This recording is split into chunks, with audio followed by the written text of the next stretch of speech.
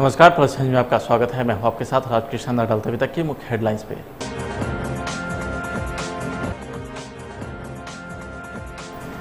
7 सितंबर को होने वाले जदयू के वर्चुअल रैली की तैयारियां जोर शोर से जारी।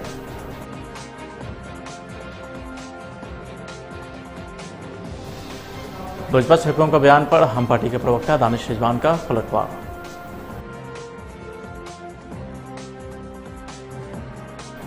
पटना की सड़कों पर उतरे डीएम और एसएसपी, चला रहे सघन मास्क चेकिंग अभियान।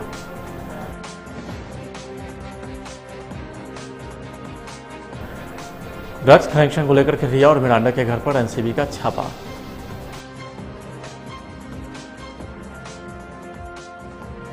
और अपराध की योजना बनाते समस्तीपुर के 2 अपराधियों को पुलिस ने किया गिरफ्तार।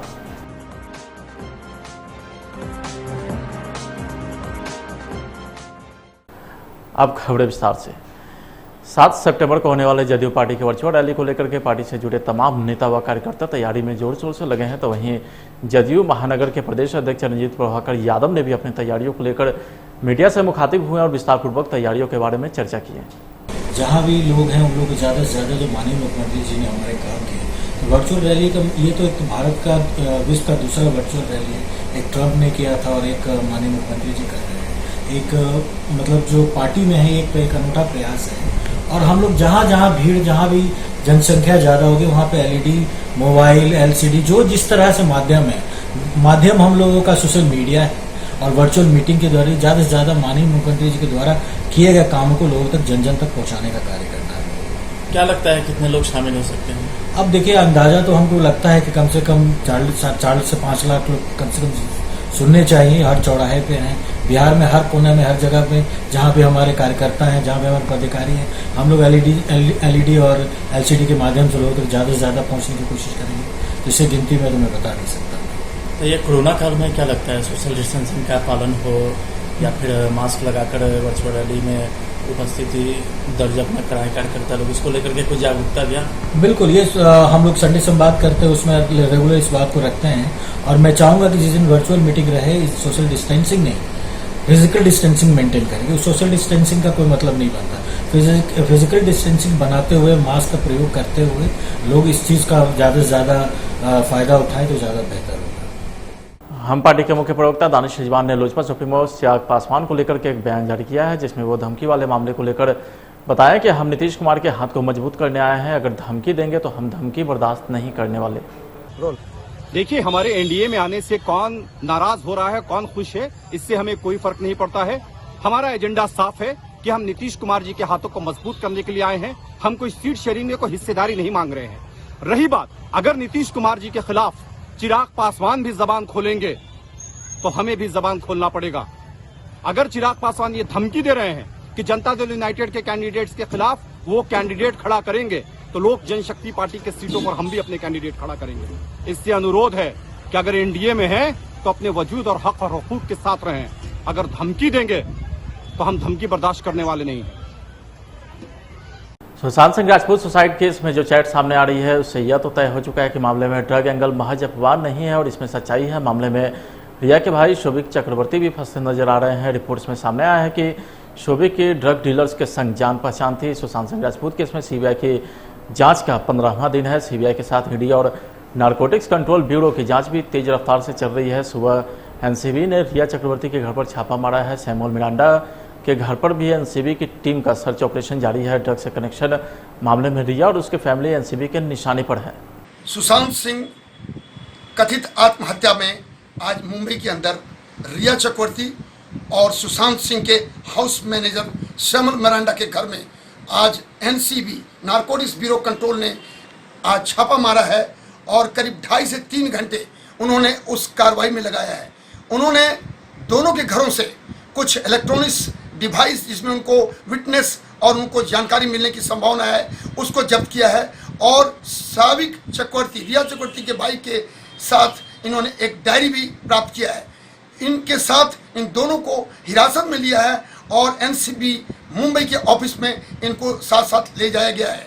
यहाँ पे इनको पूछताछ होगी और मेरा अपना एक्सपीरियंस है कि दोनों को आज ही आमने सामने बैठा कर भी इनकी बातचीत और इनसे प्रश्न किए जाएंगे। इसका खास कारण शोभिक चक्रवर्ती रिया चक्रवर्ती और समर मिरांडा के साथ जो ड्रग्स डीलर और स्मगलर हैं उनकी बातचीत और चैट प्राप्त हुई है। मैं आपको बताऊं, जो कुछ 2-3 स्मगलर जिसमें जब्बाद और अब्बास और जैद, इन तीनों ने इनके हाउस मैनेजर समर मिरांडा के बारे में जानकारी दी है। और मैं आपको ये भी बताना चाहूँगा, क्योंकि रिया चक्रवर्ती को कोई समन नहीं दिया गया एनसीबी के द्वारा, उसका कारण ये है कि पहले इन दोनों से पूरी जानकारी मिलने के बाद इनको बुलाया जाएगा।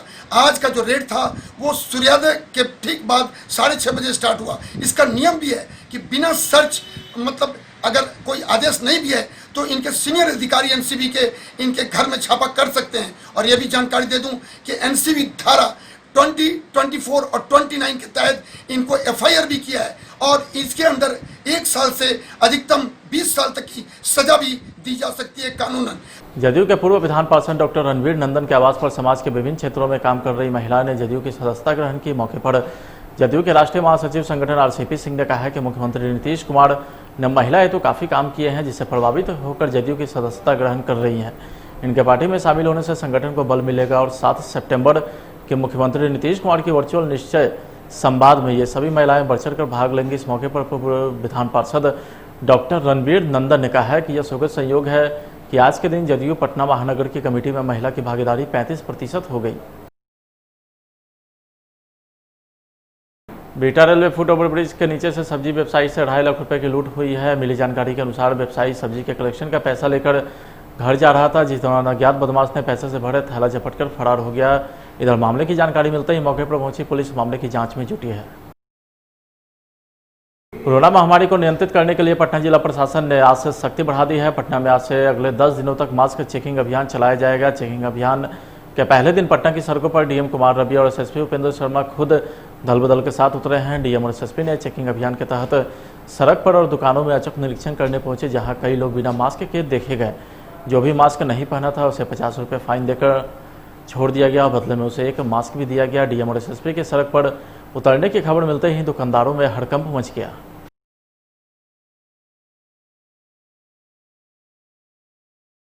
मुजफ्फरपुर में मुख्यमंत्री 7 निश्चय योजना एक महत्वाकांक्षी योजना है, लेकिन इस योजना में कई गड़बड़ी का मामला प्रकाश में आया है।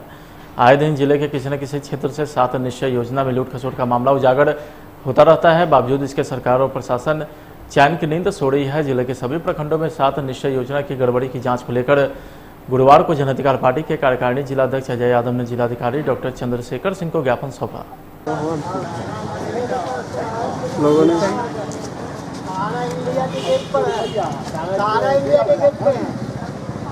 ये ज्ञापन दिया है। आज हमने जिलाधिकारी महोदय जी को 7 निश्चय योजना में ज्ञापन दिए हैं। 5-6 महीना पहले हम हर अंचल अधिकारी को सूचना के अधिकार से हमने पेपर मांगा कि किस किस प्रखंड में किस किस वार्ड में कितने काम हुए नहीं हुए, तो मुझे लेटर नहीं मिला, कुछ लिखित रूप से भी नहीं आया। हमको 2-3 जगह से अंचल अधिकारी से धमकी भी मिली। मुझे 2-4 प्रतिनिधि भी मुझे जान से मारने की धमकी दी कि आखिर आप होते कौन है इस चीज़ की जानकारी लेने के लिए, तो मुझे जानकारी नहीं मिला गया। उसके बाद लगभग 16 प्रखंड, लगभग पंचायत में जाके हम सर्वे किए हैं, खुद से गए हैं, कहीं कोई काम नहीं है। लगभग वार्ड में ऐसा जगह है आप जाके देख सकते हैं, वहाँ एक भी बोर्डिंग नहीं है, वहाँ का बिल पास है, काम कुछ नहीं है, वहाँ बिल पास है।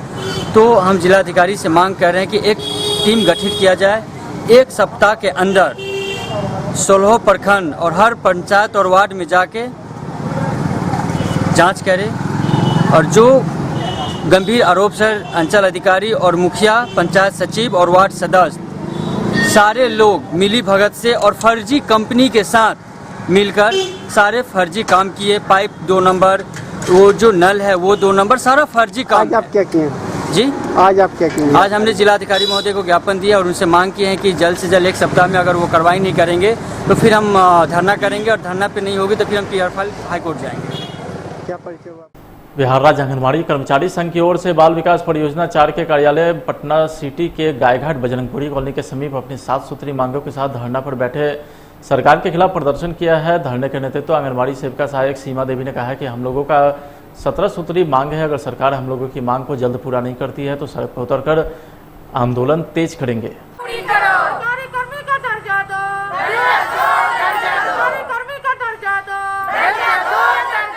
हमारा मांग तो सबसे पहला मांग है हमारा कि हम लोग का सरकारी कर्मी का दर्जा दिया जाए।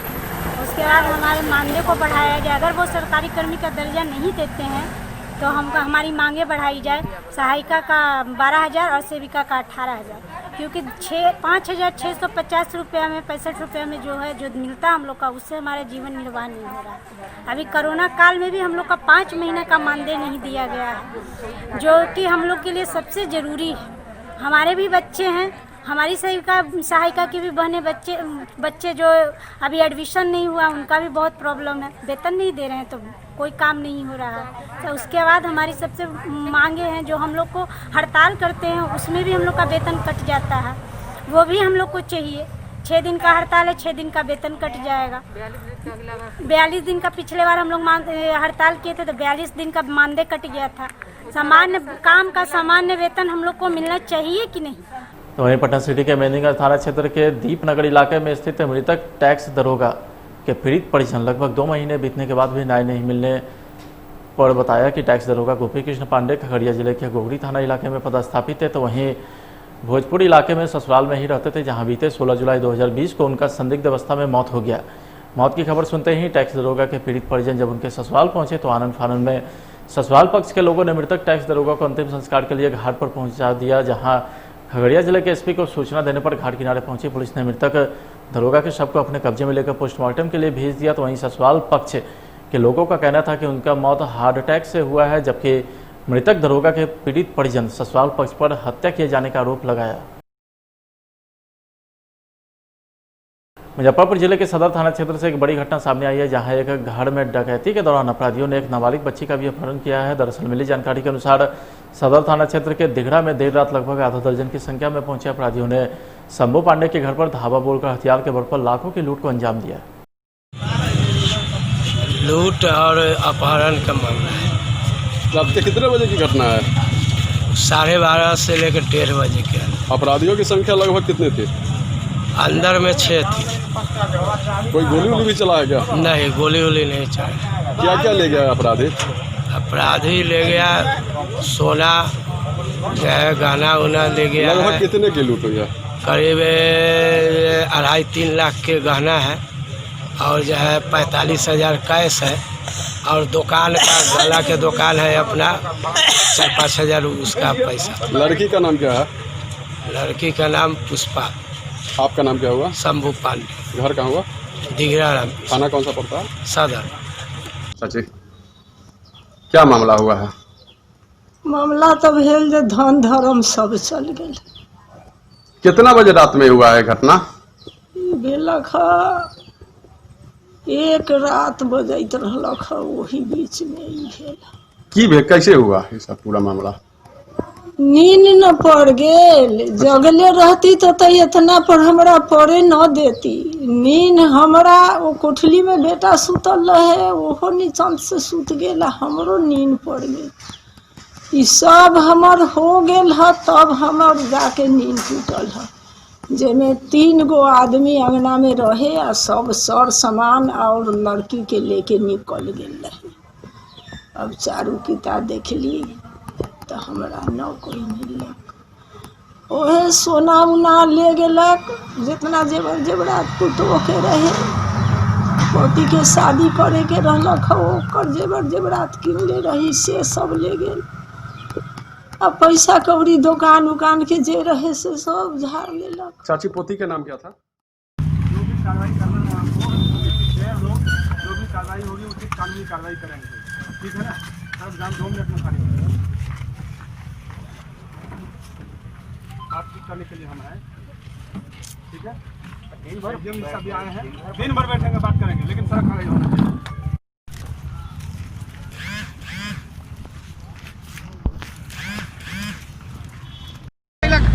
में एक शंभू जी के घर में एक घटना घटने की बात हुई है, जिसमें बच्ची के अपहरण एवं कुछ सामानों के ले जाने की बात है।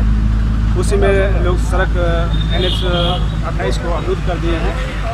SDM साहब के द्वारा जो है इस भीड़ को अनलॉफुल घोषित किया गया है। हम लोग चेतावनी दिए हैं, जिसके उपरांत जो है आवागमन चालू हो गया है। अभी विधि व्यवस्था समान। सर, सड़क कितने घंटे जाम था? घंटे की गणना तो हम नहीं किए हैं, लेकिन हम जब से आए हैं उसके बाद से आधा घंटे के अंदर जो है इसको जाम को खाली करवाया जाए। मोबाइल भी ले गया है। FIR दर्ज करने की प्रक्रिया हो रही है। FIR दर्ज करा रहे हैं जो विक्टिम पर्सन हैं। बच्ची की अगवा करने की भी बात आ रही है। वही तो हमने कहा है कि उसकी बात हो रही है। FIR दर्ज कराते हैं विक्टिम पक्ष, फिर क्या देते हैं उसके हिसाब से हम लोग अपना कानूनी कार्रवाई करते हैं। मोबाइल भी ले गया लड़की।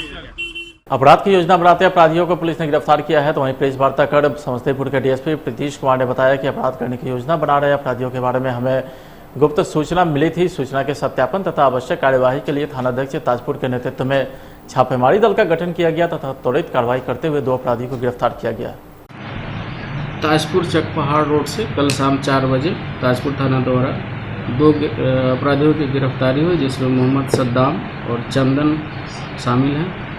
अन्य 3 अपराधी भी थे उनके साथ, जो कि अभी भागे हुए हैं। इन सब के विरुद्ध कांड संख्या 345-20 दर्ज किया गया है। ये मूलतः CSP संचालक और उसके एजेंट को लूटने का काम करते थे। इनके विरुद्ध पूर्व में भी घटनाएं दर्ज की जा चुकी है। पूछताछ में इन्होंने कुल 5 कांडों का अपना खुलासा किया है, जो पूर्व में मुसरी घरारे थाना क्षेत्र में छिलिती का घटना किए थे। इनके पास से दोनों के पास से अलग अलग एक पिस्टल बरामद हुआ है, 6 कारतूस बरामद हुआ है। तीनों फरार अपराधी के विरुद्ध नामजद प्राथमिकी दर्ज की गई है। उनका नाम हम अभी नहीं दिए हैं, हम उनकी गिरफ्तारी का प्रयास कर रहे हैं। पटना सिटी के फतुहा इलाके के इंडस्ट्रियल एरिया में स्थित पावर प्लांट में लगी भीषण आग की सूचना पर पहुंची फायर ब्रिगेड की यूनिट आग को बुझाने में जुटी रही। चिंगारी से पावर ग्रिड में आग लगने की सूचना है, तो वहीं देखते ही देखते आग भीषण रूप अख्तियार कर लिया। आग लगने से फतुहा समेत आसपास के कई इलाकों में बिजली प्रभावित भी हुई।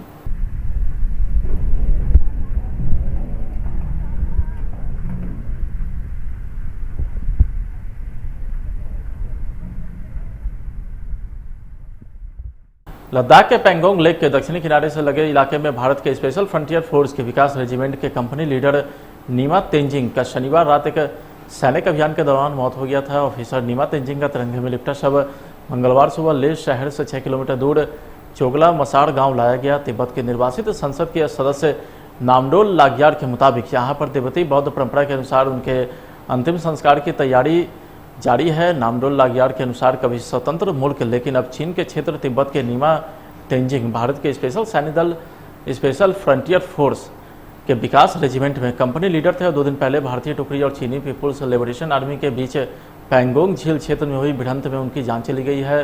शनिवार की घटना में FSL के एक अन्य सदस्य भी घायल हो गए थे। लद्दाख के पैंगोंग लेक के दक्षिणी किनारे से लगे इलाके में भारत के स्पेशल फ्रंटियर फोर्स की विकास रेजिमेंट के कंपनी लीडर नीमा तेंजिंग की शनिवार रात एक सैनिक अभियान के दौरान मौत हो गई। ऑफिसर नीमा तेंजिंग का तिरंगे में लिपटा शव मंगलवार सुबह लेह शहर से 6 किलोमीटर दूर चोगलामसार गांव लाया जाएगा। तिब्बत की निर्वासित संसद की सदस्य नामडोल लाग्यारी के मुताबिक यहां पर तिब्बती बौद्ध परंपराओं के मुताबिक उनके अंतिम संस्कार की तैयारियां जारी हैं। नामडोल लाग्यारी के अनुसार कभी स्वतंत्र मुल्क, लेकिन अब चीन के क्षेत्र तिब्बत के नीमा तेंजिन भारत के स्पेशल सैन्य दल स्पेशल फ्रंटियर फोर्स की विकास रेजिमेंट में कंपनी लीडर थे और 2 दिन पहले भारतीय टुकड़ी और चीनी पीपल्स लिबरेशन आर्मी के बीच पैंगोंग झील इलाके में हुई भिड़ंत में उनकी जान चली गई। शनिवार की घटना में SFF के एक अन्य सदस्य घायल भी हो गए थे। भारतीय फौज ने इस मामले पर किसी तरह की टिप्पणी नहीं की है। हाँ, 31 अगस्त को भारतीय फौज ने एक बयान में एक घटना का जिक्र किया था। भारतीय सेना के मुताबिक इस घटना में चीनी फौज ने पूर्वी लद्दाख में उकसाऊ सैन्य गतिविधियां कर यथास्थिति बदलने की कोशिश की थी। भारतीय सेना के प्रवक्ता कर्नल अमन आनंद की तरफ से जारी बयान में कहा गया था कि पैंगोंग झील के दक्षिणी तट पर की गई चीनी फौज की गतिविधि को भारतीय टुकड़ियों ने शुरू होने से पहले ही रोक दिया और हमारी स्थिति को कमजोर करने और जमीनी हालात को बदलने की चीन की कोशिश को नाकाम कर दिया। भारतीय सेना के पूर्व कर्नल और रक्षा मामलों के विशेषज्ञ अजय शुक्ला ने अपने ब्लॉग में कंपनी लीडर नीमा तेंजिन और स्पेशल फ्रंटियर फोर्स का जिक्र किया है, मगर साथ ही कहा है कि कंपनी लीडर नीमा तेंजिन का शव परिवार को सौंपते हुए घटना को गुप्त रखने की हिदायत दी गई थी। दरअसल 1962 में तैयार की गई स्पेशल टुकड़ी एसएफएफ भारतीय फौज की नहीं बल्कि भारत की गुप्तचर एजेंसी रॉ यानी रिसर्च एंड एनालिसिस विंग का हिस्सा है। अंग्रेजी अखबार हिंदुस्तान टाइम्स में प्रकाशित एक रिपोर्ट के मुताबिक इस यूनिट का कामकाज इतना गुप्त है कि शायद फौज को भी मालूम नहीं होता कि ये क्या कर रही है। ये डायरेक्टर जनरल ऑफ सिक्योरिटी के माध्यम से सीधे प्रधानमंत्री को रिपोर्ट करती है, इसलिए इसके शौर्य की कहानियां आम लोगों तक नहीं पहुंच सकती। आईबी के संस्थापक डायरेक्टर भोलानाथ मल्लिक, दूसरे विश्व युद्ध के सैनिक और बाद में ओडिशा के मुख्यमंत्री रहे बीजू पटनायक की सलाह पर भारत के पहले प्रधानमंत्री जवाहरलाल नेहरू ने तिब्बती गुरिल्लाओं की एक ऐसी टुकड़ी तैयार करने की सोची जो हिमालय के खतरनाक क्षेत्र में चीनियों से लोहा ले सके। भारत से जंग होने की सूरत में चीनी सीमा में घुसकर खुफिया कार्रवाइयां करने के इरादे से तैयार की गई एसएफएफ के पहले inspector general major general retired Sujan Singh Uban थे। सुजान सिंह उबान दूसरे विश्व युद्ध के समय ब्रितानी भारतीय सेना के 22 माउंटेन रेजिमेंट के कमांडर थे। इस वजह से कुछ लोग एसएफएफ को एस्टैब्लिशमेंट 22 के नाम से भी बुलाते थे। गया के राज्य जिलाध्यक्ष मोहम्मद खुर्शीद आलम उर्फ निजाम भाई के वाहन को अपराधियों ने आके हवाले कर दिया है। घटना की जानकारी होने के बाद आनंद फानंद में आग बुझाने का प्रयास किया गया, लेकिन तब तक गाड़ी पूरी तरीके से जलकर राख हो चुकी थी। घटना विष्णुपद थाना क्षेत्र के घुघरी टाड़ बाईपास रोड स्थित राज्य जिलाध्यक्ष के आवास पर देर रात घटी। और अररिया नगर थाना क्षेत्र के अररिया रानीगंज मुख्य मार्ग पर परिवहन विभाग के द्वारा विशेष चेकिंग अभियान चलाया गया। इस दौरान बिना मास्क के वाहन चला रहे चालक का चालान काटा गया। इस मौके पर अररिया डीटीओ सबल कुमार खुद मौके पर मौजूद रहे और तमाम लोगों को मास्क पहनकर वाहन चलाने की सलाह दी। देखिए, इसमें जन जागरूकता की कमी है और लोग सतर्क नहीं हो पा रहे हैं। जैसा कि सबको जानते हैं कि ये लाइलाज बीमारी है और इससे बचाव ही इसका इलाज है। ये इस बीमारी का फैलाव सोशल डिस्टेंसिंग नहीं रहने की वजह से, अज्ञानता से हाथों को बार बार अच्छी तरह से 20-30 सेकंड तक साबुन से धोना, कोई भी चीज़ छीनने के बाद। उसके बाद मास्क हमेशा ऑलवेज पहन कर रहना, ये सब जरूरी चीज़ें हैं जो कि हमको या सबको बीमारी से बचाव कर सकता है। और इसी को जागरूकता लाने के लिए हम लोग सड़क पर उतर करके ये अभियान चला रहे हैं, लोगों को समझा। फिलहाल आज के खबरें बताइए, आप देखते रहिए प्लस न्यूज़। नमस्कार।